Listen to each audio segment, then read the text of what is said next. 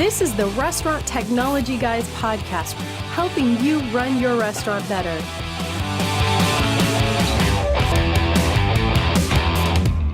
Welcome back to the Restaurant Technology Guys podcast. We thank you guys again out there for joining us. We know that you guys have hundreds of choices of different podcasts, and it feels like there's a new one every single day that comes out, but we appreciate you guys taking time to listen and give us your feedback. And so just a reminder for everybody out there that's listening, guys, we're always looking for great guests that are delivering value to your business. So send them my way, as well as, give us feedback. Let us know what you're liking, what you're not liking, so that we can continue to modify the show. Because ultimately, this is your show. I get to sit in the catbird seat and interview some really cool people. And today is no different. But we also want to know who you want to hear from. Do you want to hear from more operators? You want to hear from more technologists? You want to hear from new and exciting stuff that's coming about? Let us know. Hit us on the social channels as well as via email. Like I said earlier, today is no different. We are joined by a founder, and I think founder. Is that right, Tommy? Founder and CEO of a brand called OpsAnalitica. Tommy, why don't you introduce yourself to our audience? Tell us a little bit about who you are, and then we can talk a little bit about your product and kind of what you guys do as a business. For sure. So thank you for having me, Jeremy. I really appreciate the opportunity to be a guest on the podcast. It's super exciting. My name's Tommy Yionoulis, and I've been in the restaurant industry since I was 14 years old. I started it off, my mom would drop me off at the Columbia Mall in Maryland, and I would make cheesesteaks and get cut early and have to walk around the mall till my mom would come pick me up. I love it. And it's funny because my grandfathers were both immigrants to this country, Puerto Rican and Greek, so I used to make a joke that I was born in a kitchen. But, they both owned restaurants. And then my dad was a rocket scientist and my mom worked at Lockheed. So they had nothing to do with the restaurant industry. And then their kid came right back to the restaurant industry on his own, just loved hospitality. And so I started off cooking and I worked in a hotel. And then I went to college and I cooked in the cafeterias and learned how to cook catering and stuff while in my first college, which was Valley Forge Military. And then I transferred to the University of Denver to go to hotel restaurant school.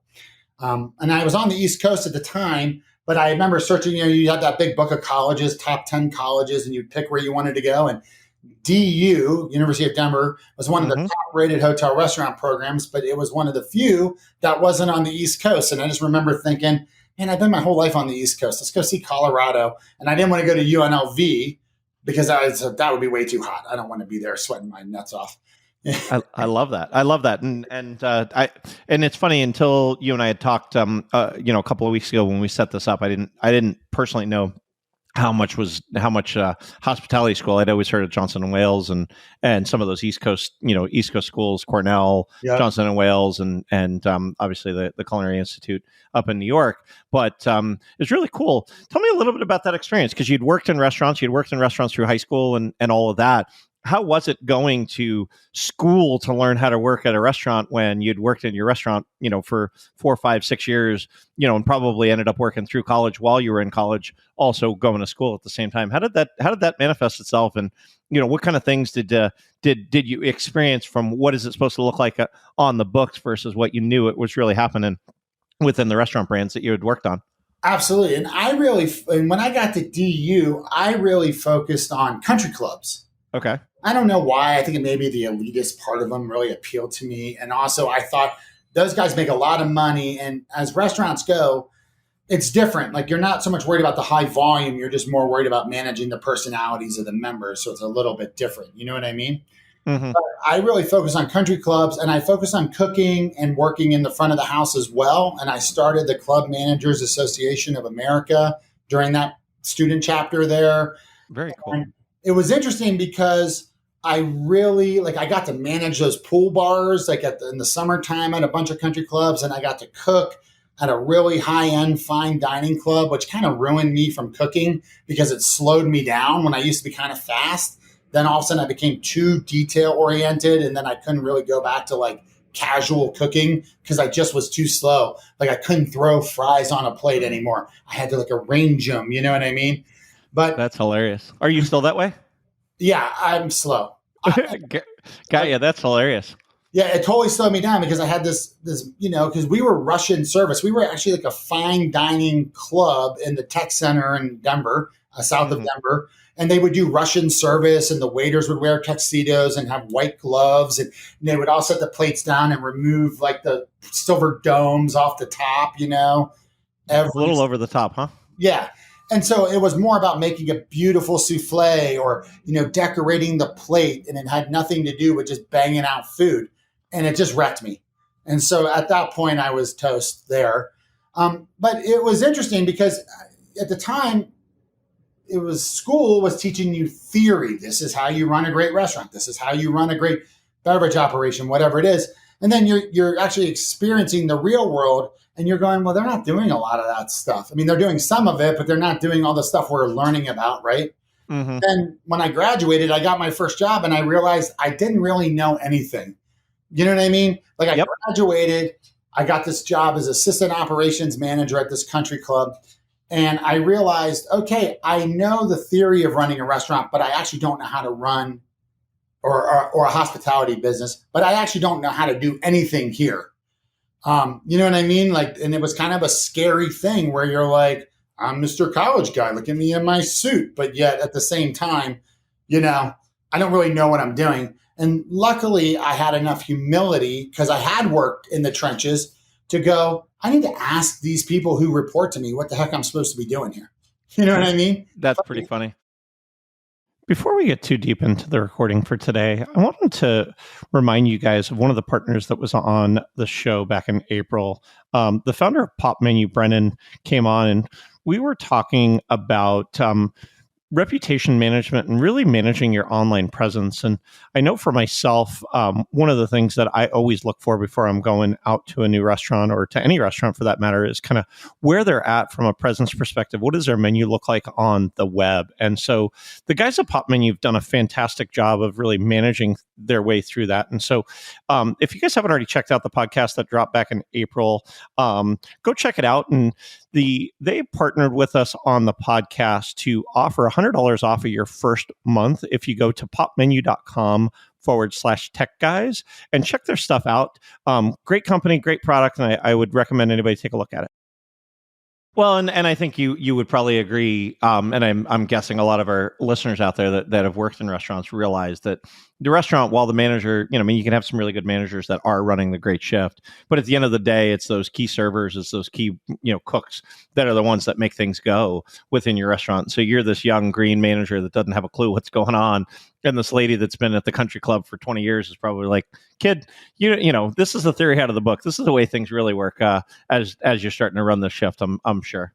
Yeah, it's sort of like what you see in a lot of those like Army movies where you get this fresh young lieutenant out of West Point and there's a grizzled sergeant who actually runs the unit.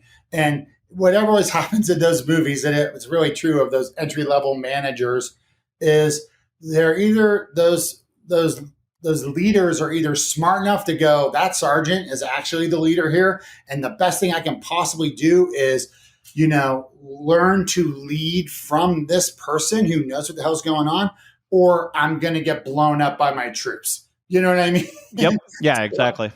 That's how I felt. And luckily I was blessed enough that I caught that and I was like, okay, cool. I need to learn. We're smart enough to figure it out. Very cool. Very cool. And I know, Tommy, you and I had talked, previously, your career kind of pivoted from the country club scene to some different stuff within the restaurant industry. Talk to me a little bit about kind of where that career trajectory, because I think all of the experiences that you've had from, being a high schooler at the shopping mall all the way through to country clubs and casual dining and all of those different experiences really are going to lead us down this path to where you're at now and what you've been able to create. And so I want to give people a little bit of a visual as to the rest of your career trajectory until you started doing OpsAnalitica. Yeah, so I've had a ridiculous career. So through the August 12th of that first summer, so it was August 12th of 1995, I was getting my booty kicked at this place because I'd also walked into a political nightmare, right? I mean, we're talking way back in the day, and I will start to jump massive swaths forward here. But I was talking to one of my good friends who's actually a bar owner here in Denver. And I remember chatting with her, and we were like 22, 23 years old at that time. And I remember just going to her, this sucks. I'm getting my butt kicked. I should just be a stand-up comedian. That would be so much easier. And she's like, you should.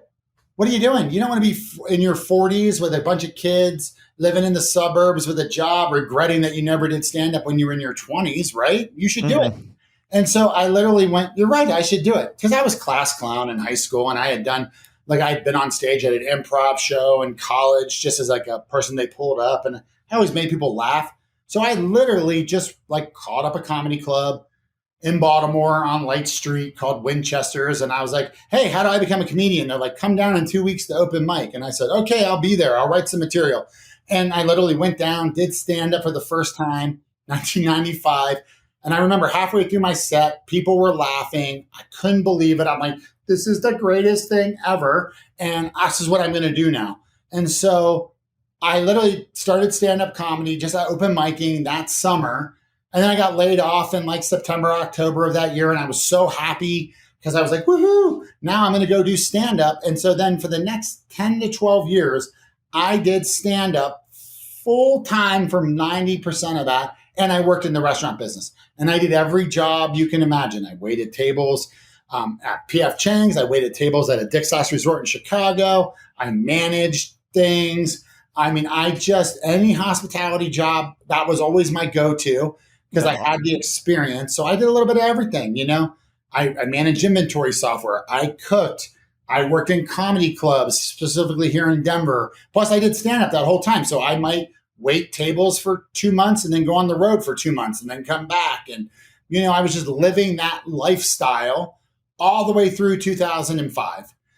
And then in 2005, I just was like in my early 30s. I was broke. I always like tell people I just wanted a couch and health insurance. Like I was just tired. And I had always said when I first started stand-up, if in 10 years I'm not making doing stand-up what I can make as a country club manager, because that's what I was leaving at the time, then I need to reevaluate this because I love doing this, but I kind of just want to have a good life too. You know what I mean? And so I had a wonderful decade of doing stand-up full time, but I was getting kind of burned out, and I was just, the comedy scene was morphing, and, I don't know. And I was actually leaving the Vegas Comedy Festival where I had like a rough experience. And I remember I was driving back with this other comedian to Denver. And I remember just calling up the University of Denver where I got my undergrad and just calling the administration office and going, hey, I want to get an MBA. How do I do that? And the lady at the MBA school was like so floored, right? Because she's like, what the hell? Nobody, this guy's done zero research, right? Like, you don't even know. You got to take a GMAT and apply for school. And I was like, cool, GMAT, apply for school. Got it, thanks. And I just hung up. Didn't even tell her my name, nothing, And that's what I did. I went to GMAT classes, figured it all out, because, I hadn't been in school in 10 years and needed to brush up on a bunch of stuff. And then I got in there, and then I went to grad school, and that kind of changed my trajectory. Met my wife, got married a week after grad school, and then ended up not doing stand-up. I mean, I did stand-up during grad school, but then after 2007, I kind of stopped doing stand-up pretty much at all because I was married. I had an MBA. I was trying to find a real job, And of course, that's right when the economy crashed. So that was nice. And then I ended up at Quiznos. And at Quiznos Corporate, which using my MBA and using my restaurant experience, and my first job there was franchise assistance program manager. So this Quiznos is just crested 5,000 units. They're starting to lose units because they're built on a very shaky foundation.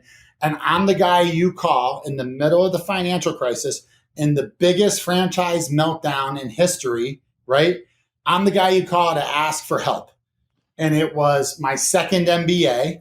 It was absolutely heart-wrenching. And I learned more about human nature and business than I ever did anywhere else in that 10 months that I did that position. Just about watching people's businesses fail and their dreams be crushed, and just not really being able to help anyone because they were all pretty much too far gone by the time they called. What I was able to do for them, which was to give them delivery, would be like throwing somebody who's drowning like a cinder block. Build a bridge. You know what I mean? Like, yep. Yeah. No, and that's a tough one. I mean, I've got a lot of restaurant tours that we've talked to that have gone through that, that either the peak and then the valley of, like when you're having to close down stores and figure out franchisees that put their whole life savings into a brand and had it just struggle. Well, and I appreciate you going through that. And I know we've taken a little bit longer than we typically would, but I wanted people to understand kind of the breadth of the experience that you'd had, because I think working casual dining, working fine dining, working, fast food, fast casual really gives you a lot of credence to understand what really makes a restaurant go, what really, what are the KPIs, what are the data analytics that need to happen. And so I'd love to have you kind of talk, because it's, going on 5 or 6 years now that since you founded OpsAnalitica. Talk to us a little bit about how did that transition happen? Because you've had some unique experiences, stand-up comedy, waiting tables, managing restaurants, being at corporate, to now, saying there's a problem out there that I want to figure out how to solve. And you're solving it in some pretty unique and fantastic ways with the product. But I'd love to hear what that journey looked like, and where did you get to and how did you get there? Sure. So it actually started at Quiznos. They came to me. I was like the RSC ops leader, and they came to me and they said, look, we're doing 4,500 to 5,000 audits a month on all these locations, and we're doing them on paper. We need to be able to report on these.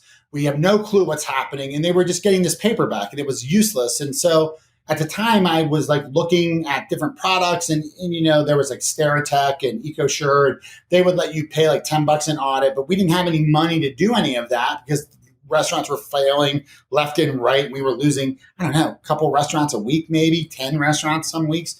So I ended up building my own auditing platform on like that 2008, 2009 Palm Windows-based smartphone. So this is like pre-iPhone. I built like a giant web form. Right. That's awesome. And then we could download the data into an Excel, and then I could do analysis. And for the first time in the history of that brand and a lot of other brands, I had the ability to take audit scores live from the field all around the country and actually report on what we were seeing. And that was the impetus for OpsAnalitica. So I left Quiznos in like 2009, and I got hooked up with some buddies from grad school, and we got into this workflow business process management software world. And, my parents were software people. My dad was a rocket scientist. My mom worked at Lockheed. They both had coded. So it didn't seem strange to me that I would be able to figure this out. And so we ended up owning that company for 5 years. In about 2013, I had an employee, and he needed a training project to learn how to do this software. And I said, we had run out of ideas. I said, go build that thing that I built at Quiznos. And I explained to him what it did. I said, go build it and let me see it so I can see that you can code something. And we built it. We made a video of it. I showed it to my old boss, who's a big restaurant guy and now the CEO of another company. And we put a video up on LinkedIn, and Which was interested in buying it. And I said, whoa, there's a market for this. Maybe this is something we could do. And so we ended up not being able to sell it to Which because at the time it was just an idea and a video. It wasn't really ready for market, Mm-hmm. And so then I spent the next 18 months at night and on the weekends. I must have pulled 100 all-nighters during that time, just getting this thing built to it could be like an enterprise level platform. And I got it into a restaurant chain on the East Coast. And then they used it for 8 months. And then we basically beta tested it, and we made all these revisions. And we were coming up on the end of 2014. And I was like, I don't want to do consulting anymore. It's too hard. This sucks. We had some capital left in our business, and me and my partner both were interested in SaaS. And so we kind of shut down the other business. We moved over. We started OpsAnalitica. We funded it with our own sort of retained earnings from the other company. And we got some sweat equity developers and other people to join us, and we just launched OpsAnalitica in 2015. And what made us unique, I think, at that point was all the big platforms in our space were focused on auditing, right? Auditing is when you send out somebody from corporate and they go out, maybe it's an area manager, maybe it's an auditor, and maybe once a month, the minimum, which only a couple chains do that, but mostly once a quarter, someone comes in and they do anywhere from 1 to all day long audit of your restaurant where they're looking at everything from a cleanliness perspective. They're looking at your books. They're looking at every part of your business. And auditing was a big deal, right? And that software had been around for years. And the thing about auditing is this. Auditing is great to get a general sense of what your system-wide issues are across all locations, because you get the same audit in every location, and therefore you can see like, hey, we have an overarching problem with ranch dressing or whatever it might be. But auditing it's only once a quarter and then you're gone. And so nobody knows what's happening the rest of the time. And auditing is great to benchmark things, but it's daily checklists that really drive, or daily processes that really drive behavior change, and are actually what are going to take an okay restaurant location. And if you can hold them accountable to following their stuff, they can get better over time if they can follow the processes that you've laid out for them, right? And so we came in really going, hey, audits are good, but dailies are more important. And there's also since you're kind of into the technology part of things, there's also a very interesting sort of component, like programming component, right? Which is, it's really easy to code for one thing. Anybody can code for an audit because an audit is one thing. The biggest lift in programming is 1 to 2. 2 to a million, right, is easy once you've done 1 to 2. And so all of our competitors were really focused on auditing, which was basically a singular checklist that was run everywhere. We came out of the gate programming to do multiple different checklists every single day. And that's just that technological difference in platforms gave us a huge advantage because we were able to accommodate all this other stuff. And so we launched in 2015 and nobody cared. Yeah. Well, isn't that how it always works? Yeah. You know? Like, wait, what? We've sunk our whole lives into this thing. All of our extra cash. What do you guys mean you don't care? But everybody in 2015, because mobile tablets tablets have been around for a couple of years, iPhones have been around for a couple of years, that transformation, it really had spurred everybody to stay focused on stuff that more like your company does, which is just making sure they had online ordering, making sure they had apps, making sure they had curbside and delivery handled. And so really for the next couple of years, we were always like selling people on the notion of our company, but 80% of the people were like, well, that's great, but we're doing a new POS implementation right now, or we're getting online on it, we're getting our apps spun up. And so we were still winning deals and growing, but it wasn't what we expected. We obviously had hoped and expected it would be at the very beginning, because the entire industry was really focused on getting parity with their competitors on the sales side of things. Well, and that was one of the questions as you were going through this, Tommy, is who is your typical sale to? Because it's like, I feel like, and just to recap for our audience that might have missed it, these guys at OpsAnalitica are really trying to create some brand standards and some ideas on how should it look? How should the food look? How should the the environment, all of the things and all of these different checklists, from safety to what should it look like, especially when you get beyond and putting software in place to be able to manage those things. But who is your client? Who's not only your user, but who's the one that typically you guys would work with to develop these standards and to drive them into the piece of software? Sure. So that's a great question. I'm going to break it down for in a couple ways. So first of all, every restaurant chain already has their operating processes, their food safety logs, their shift readiness checklists. All of that stuff is part of every restaurant chain's SOP manual, right? Especially the franchisors. That's what you're buying from the franchisor. You're buying all of these processes and procedures. Mm-hmm. The issue has always been that they have been done on paper, right? You either bought the Red Book, which is a Denver company, by the way, but you either bought it on the Red Book or they provided you the PDFs and you printed them out and put them on a clipboard, right?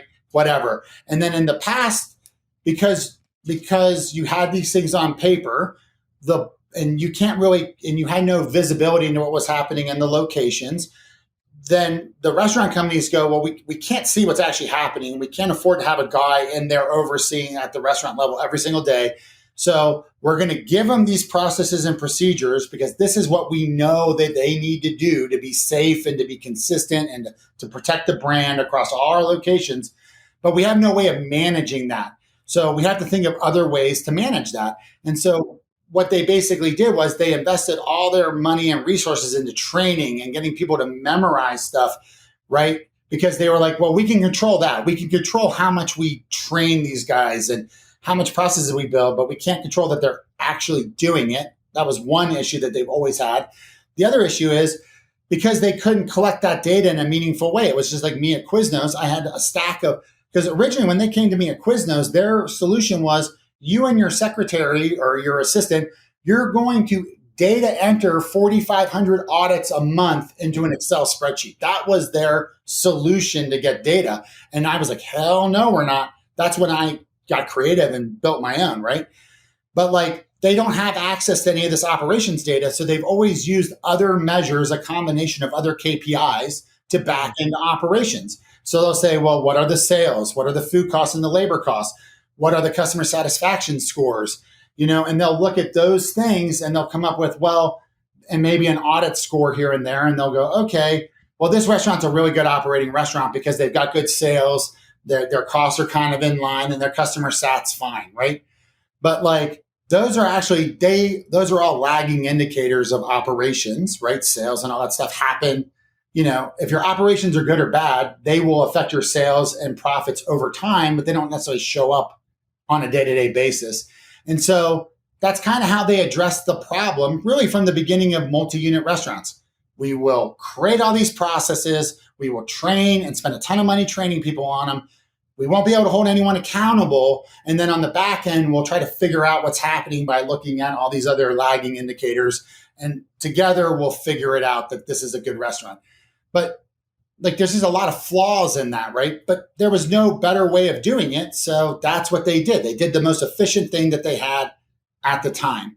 And with OpsAnalitica, we become a true measure of your day-to-day operations because we take your processes, right? And when we're implementing you into the system, we take all your checklists and your processes, and then we try to help our customers streamline them and make them more digital friendly and try to make them quicker and easier to use. But we take all these processes that they've already created, we put them into our platform, we schedule out the day, the week, the month, the year. So our theory is kind of like we take the guesswork out of running the location because you open it up, you're looking at if I'm a manager, I can come in, I can look at these processes, I can see everything I need to do today.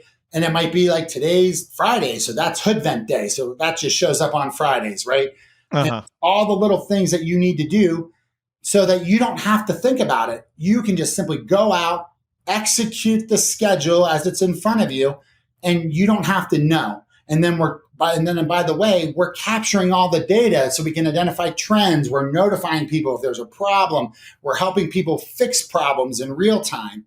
And so it's just, if this technology was available when the McDonald's brothers created McDonald's, they would have implemented it on day one. You know what I mean? Because they were system, process driven, data driven operators, but it didn't exist until now.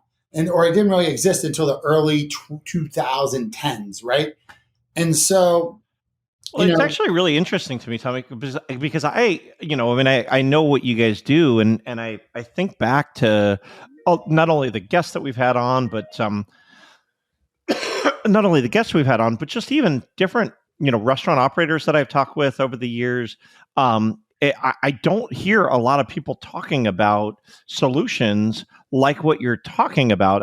I've heard of people doing manual checklists, like you said, and and they put it into their side work or they put it into their red book, but I've not heard this overarching, business process management solution that can get you the data that you need to. And I love I genuinely love this idea. And our longtime listeners will laugh because they know, for me selfishly, half of why I do this is because I love to learn and I love to be exposed to different things that I'm not aware of. And so I'm just shaking my head the whole time while you're talking through this because I can see how much benefit. What do people most of the time do today when they don't have a solution like OpsAnalitica?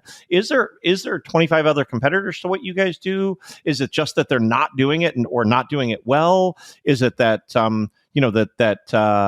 that they're doing it still manually, and once they get to 50 or 75 stores, then they kind of putter out? What happens there in the world that you live in as it relates to this? Sure. I think our biggest competitor is still paper, right? And I would say our other biggest competitor is managers not understanding the kind of data they can get and the kind of control they can have, and then with a platform like ours. So really, our biggest competitor is people don't know what they don't know about having these types of platforms. And because there's not hundreds of them. It's not, you said it earlier, almost everybody has a point of sale solution, but not everybody has something like this. And so it sounds really cool because you guys are forging such new ground in this area. I apologize for cutting you off, but I want people to understand that what you're doing is forging paths of stuff that people have done historically on paper, but really getting it into a place that you can make the business better and make better business decisions because of the data and where it comes from. Well, yeah, and I would suggest that a POS system took when you went from a cash register to a POS system, a lot of people balked. Are you kidding me? My cash register costs $30 and now you want me to spend $1,000 for a terminal? And then now if you ask that guy 30 years later, 40 years later, he would go, there's no way I wouldn't have a POS system at this point, because the value that this data brings to my life is insanity, right? Mm-hmm. And I always compare what we're doing to that. We are the POS system. We are that stream of data, but we're focused not on the transactional thing, which is handled by the POS. We're actually measuring the hardest data there is to measure, which is the human collected data from the day-to-day operations of your business. And what we're seeing, just so you know, is when your process compliance is high in OpsAnalitica, that is overarchingly telling you telling you a lot about your management team at that location, but it's also predicting customer satisfaction, sales, and revenues. So if you see an upward or steady trend on your OpsAnalitica process compliance, that means that team and that location is they're organized, they're getting their stuff done, they're detail oriented, they're focused on, making sure that they're ready for every shift, that they've done all the little detail work. And that translates to better shifts. That translates to the guy not having to run to the walk-in to go get lettuce or ham in the middle of the rush because it's already stocked underneath in his reach-in, and they can just get that second, they can just get that replacement and keep moving forward. And just that little thing translates into speed of service. And that means the line on your drive-through didn't get too long. So that guy driving up goes, hey, I can actually get my sandwich in a reasonable amount of time. Let me go through. This is operations. We're managing, for the most part, all the little things that take to operate the restaurant during the shift. And we're making sure that people are prepared, they're safe, they're ready for guests, that the restaurants are clean, helping them control all the controllables that they have so that guests have good experiences. And that's really what our business does. And we provide this wealth of data. Now, here's the thing that blew my mind, though, Jeremy, is that when we started off doing this, and we have big chains now that are using the platform, but we always said it's all going to be daily food safety stuff, right? But I have a customer, and when they started with us, they told me, we thought we'd have 4 or 5 processes in your platform, a couple of checklists, some food safety, some readiness, a self audit. We expected 4 or 5 processes that we would just kind of manage and whatever. They now have over 100 processes that they've built themselves because it's very easy to do, and they use the platform truly as their operations management platform, as their field management platform. So all the stupid scheduling compliance that you have in Seattle and New York City and all these rando things. Like if you need to get data from the field about anything, or you need to get the field to do anything, OpsAnalitica is the platform that they use now. So LTOs, making sure everyone's got their menu boards up, making sure they program their registers, all the things that you need to do for an LTO so that when people show up, they can use their coupons and the boards are correct. They manage the entire field operation through our platform, which that blew me away. Like 85% plus of the processes in our platform have nothing to do with the food safety day-to-day stuff. That's just the given. It's all the other corporate departments are utilizing it to manage more of just their day-to-day job versus sending out an email and trying to coordinate 5,000 replies. Yeah. Well, and it's funny. It's almost like you've done this podcast thing before, Tommy. I was gonna let you do a little quick plug because I was about to ask you. Talk to me about the ways that some of the clients are using it. And so I appreciate you cut me off on the pass. But why don't you give we've been talking a little bit about OpsAnalitica, and we're gonna wrap here in just a few minutes. But how did we get introduced? Why don't you tell our audience a little bit about that? Because I think it'd be great for our audience to cross pollinate, and I think they'd love to hear what you have to say on your podcast that kind of talks to different restaurant operators and different people out there. Well, I'm super active on LinkedIn, and so is Jeremy. And I was going through my LinkedIn feed, and I saw his podcast popped up in my LinkedIn feed, and I was like, oh man. And then I started checking out his podcast. I'm like, oh man, I got to talk to this guy.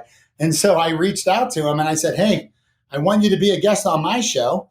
Because I have a podcast too called The Order Up Show, where I interview people in the hospitality industry from every aspect of it. I mean, I've talked to everybody from Jeremy has been on my show, but I've talked to CEOs of restaurant companies. I've talked to guys that are helping farmers in South Africa. I got tech guys in India. If you're basically related to food or hospitality, I want to have you on the show. I talk to GMs. I talk to everybody because everybody's got a great story in this business. And so we just have a real nice conversation. And so that's how I found Jeremy. Is I saw his podcast and was so blown away by it.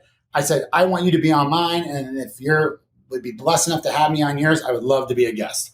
Yeah, well, and I appreciate you jumping on. And I was just laughing because almost every time I've been about to ask a question, you'll just jump into doing it. And I'm like, oh, I better let everybody know that you've got a podcast out there as well, because I think it's important for these guys to cross-pollinate. And Tommy and I did record to be on his show, and I hope that you guys all check it out for our longtime listeners because he's got some fantastic guests and some great content for you guys out there. Today's episode is brought to you by the team over at 7 Shifts. You guys may recognize that name because I had their founder on the show in July talking about the inception of what it is that they do related to labor management and staff management and scheduling. Great guy, great origin story related to growing up in the restaurants and solving a real problem for his family's business. You may also recognize their name because they were recently in the news because they just took a $20 million round of funding from the Union Square Hospitality Group, which those unfamiliar, it's Danny Myers out of New York City, his group that committed to work with the 7 Shifts team and help fund their continued growth. For listeners of the podcast, you guys can check out the software for free for 90 days by going to 7shifts.com/restaurant-technology-guys. And they would love to talk with you. Great restaurant people, great technologists, and a really great product. Sorry to get off the OpsAnalitica stuff because that's really what you get to do in your day job. And so I love that story of really managing the data. Can you give me one or two quick hitting, what's some real huge business value, either from a safety perspective, from an increased efficiency, increased profitability? Is there anything that you can share with our audience? For those that are still maybe skeptical, they're like, sure. Yeah, I've got a system figured out, where you can give us some real concrete data to get them, maybe a little bit, pique their interest a little bit more about how OpsAnalitica can help drive better profitability, drive better guest satisfaction, better safety, all of those kind of things. Absolutely. So here's the deal, right? And I just actually wrote this blog and I'll release it either today or next week. But the fact is that we are currently partnered up with a customer sat company, right?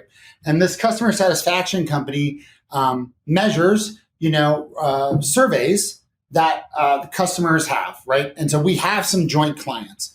So what we started doing about 3 or 4 months ago was we started looking at how does OpsAnalitica, what we would call process compliance, meaning how well are the restaurants doing or the locations doing at completing their checklist on schedule? Because one of the things that we do is we schedule the checklist out operationally where they make sense. We don't want people to come in at 7 a.m.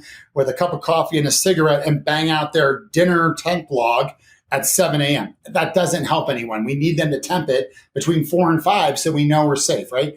So we tracked what operations were happening as managed or as measured by OpsAnalitica, and we tracked what the customers were saying about the restaurants and how they were operating in this other platform. And we took that data, and what we found was that when I offset it by 1 month, looking at the customer sat data 1 month after the OpsAnalitica data, that we had a lockstep, highly correlated chart that showed that when OpsAnalitica went up or down, that the same thing happened with customer satisfaction a month later. And so, people don't associate doing these daily checklists with actual operations, with actual food safety, with actual sales or customer sat, because of the fact that nobody does them. When you have, well, it's too hard to even bring those two together as well. I mean, you can see it at a macro level, but definitely not at a micro level the way that you guys can do it. And it's offset, right? So like the problem is that nobody's ever done these processes because no one's ever been able to hold them accountable to doing them.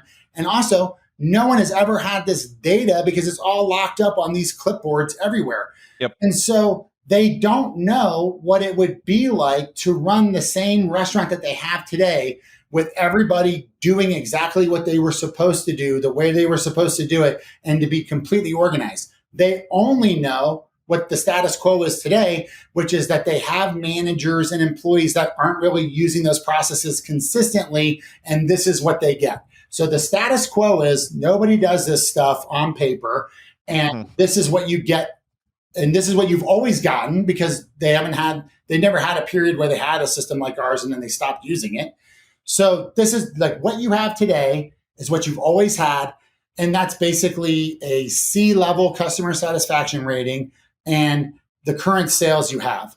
And so that's what they're used to having. They don't know what it could be like if they could really dial it in and hold everyone accountable. And I mean, a lot of these brands or even our customers are just figuring that stuff out today as well. And so, we're really at the infancy of this level of technology. But I will say operations efficiency is going to be the next big battleground, right? Yep. 5 or 6 years ago, if you had delivery or you had a mobile app and your competitor didn't, you had a competitive advantage. Just like if you were a chain in the early 80s and you invested in a POS system and your competitors still had cash registers, you were at a competitive advantage because you had the data and the technology to make better decisions.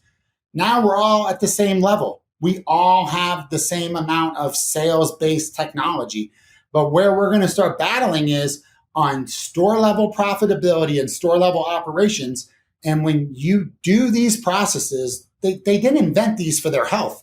They invented them because they realized if we check these 25 things before the shift starts, we can run a better, more efficient shift. And maybe we can get that extra 5 cars through the drive-through.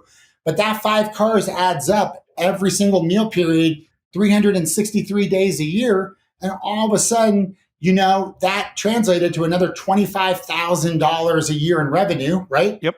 And then that gives corporate, if they're a franchise, an extra 8 or 7 or 8% of that. Now they're doing more ads. They're doing more LTOs. They're making more creative products. When you go to get your next store, you might be on an end cap. Like this is like, we are in an operations business, right? That's what we do. We operate. We're little manufacturing facilities all over the country, delivering and serving food and beverage, no matter where it is. Yet most of these guys have no insight into the day-to-day operations. Could you imagine if you were talking to the CEO of IBM and they were like, how many Watsons are you creating this year? And he said, no clue. Yep. How are the Watsons going? Couldn't tell you. We have no insight into what's happening in all of our manufacturing facilities. They would run that person out of, what business in the world is creating something but has very little actual visibility into how they're creating it? But that's the restaurant industry. And that's what we're trying to solve for them, is to give them that visibility and that data so they can simply just use the data to make better decisions. Because like we said, what we're seeing is if the OpsAnalitica trend's going down, then we know that in the near future, your customer satisfaction trend's going to start going down. Because which means your sales are going to go down, which means it's a downward spiral until you fix it. Exactly. But if you could see, wait a second, our OpsAnalitica trend went down last week. Oh, area manager, go call that GM. What's going on? Oh man, we've been understaffed. Okay, well, you got to focus on even more doing your processes. If you could catch that in a week versus, in 2 months from now, you could save that many more customers, right? Absolutely. So, yeah. I love where you're going, Tommy, and I think it's critical for restaurants. And I'm gonna reiterate what you said earlier, which is if you don't have something like this, you're behind the competitor who's next door who does have this, because at the end of the day, it's critical to start to manage and measure these things, continuing to do it the old school way. And I know that I have a lot of guests on these podcasts, and we'll talk about, you got to be thinking about these things. But guys, I'm telling you that people every single day are investing time, energy, money in building and buying tools like OpsAnalitica to make their businesses better. And so, Tommy, I really appreciate you coming on. If people want to get in touch with you and your team to preview what it is that you guys do, how it might work within their business, what does that look like for them? Sure. I think the best thing to do would be to check out the website. And our name is spelled weird, so let me spell it for you. It's OpsAnalitica. So that's the Portuguese spelling of analytics, just so you know. So that's OpsAnalitica.com. And you can just search Restaurant Checklist app and you'll see some of our blogs. But obviously, you'll put us in the show notes as well. But check out the website. And then if you're interested, just jump on a demo. No big deals. Right? We'll show you what we got. We'll show you how people are using it. And then we'll let you go from there. We're not like crazy people. Hard salespeople. Yeah. Well, and again, I love that we got into what we talked about. And I'm excited to see kind of both the growth of where you guys are at and continue to cheer you on the in the podcast sphere that we're also both in. And we're both super passionate about helping restaurant operators continue to make their business better. And so thank you for what you guys have done there. To our audience, guys, I know that you guys have got, like I said, hundreds of choices of podcasts to listen to. And so for those audience members out there, we thank you guys for your time. While you guys are out online, I'd love for you guys to recommend the show. Go rate it on your favorite podcast player, just because it does end up getting our word out about different things that we're doing so that others can hear the fantastic guests. Tommy, thank you very much for your time today. And to our audience, make it a great day. Thanks for listening to the Restaurant Technology Guys podcast. Visit restauranttechnologyguys.com for tips, industry insights, and more to help you run your restaurant better.